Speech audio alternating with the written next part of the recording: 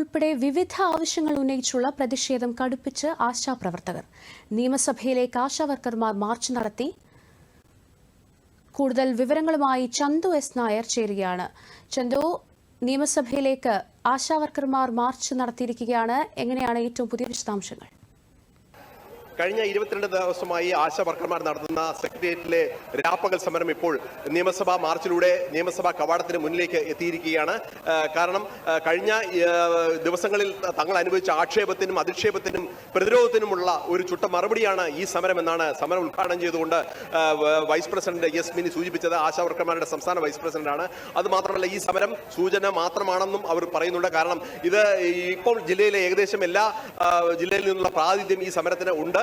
എങ്കിലും തങ്ങൾ സമരത്തിൽ നിന്നും പിന്മാറുന്ന കാര്യമില്ല. കാരണം തങ്ങളുടെ അവകാശങ്ങൾ നേടിയെടുക്കുന്നതുവരെ ഉള്ള ഈ സമരം തുടരും. കാരണം ഇതിനെക്കാട്ടിയും വലിയ കോവിഡ് മഹാമാരിയും അതോടൊപ്പം തന്നെ വലിയ വലിയ സംഭവങ്ങൾ പിന്നിട്ടാണ് തങ്ങൾ ഇവിടെ എത്തിയത്. തീർക്കുടുത്തതാണ്. അതുകൊണ്ട് തന്നെ ഈ സമരത്തിനെ പൊളിക്കാമെന്നോ ബദൽ സമരം കൊണ്ട് മറയ്ക്കാമെന്നോ ഗവൺമെന്റ് നോക്കണ്ട എന്നുള്ളൊരു താക്കീതും ഈ സമരത്തിലൂടെ അവർ നൽകുന്നുണ്ട്. തീർച്ചയായിട്ടും വെറും 232 രൂപ മാത്രം ദിവസവേതനത്തിലൂടെ സമ്പാദിക്കുന്ന തങ്ങൾക്ക് തങ്ങളുടെ അവകാശമാണ്, നമ്മൾ ന്യായമായ അവകാശമാണ് തങ്ങൾ ചോദിക്കുന്നത് എന്നും പറഞ്ഞിട്ടുണ്ട്.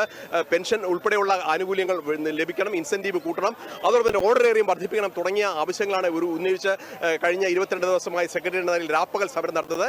ഇന്ന് ഇവിടേക്ക് എത്തിയിരിക്കുന്നു. മാത്രമല്ല, ജില്ലയിലെ എല്ലാ ജില്ലകളിൽ നിന്നുള്ള ആശാവർക്കർമാരുടെ പ്രതിനിധികളും ഇവിടെ എത്തിയിട്ടുണ്ട്. തീർച്ചയായിട്ടും ഈ സമരത്തിലൂടെ തങ്ങൾക്ക് മനസാക്ഷിയുള്ള കേരളത്തിന്റെ ജനങ്ങളുടെ മനസാക്ഷി ഉണർത്താൻ കഴിയുമെന്നും അതോടുകൂടി ഗവൺമെന്റിന്റെ മനസാക്ഷി ഉണർത്താൻ കഴിയുമെന്നുള്ള ഒരു വിശ്വാസത്തിലാണ് ആശാവർക്കർമാർ.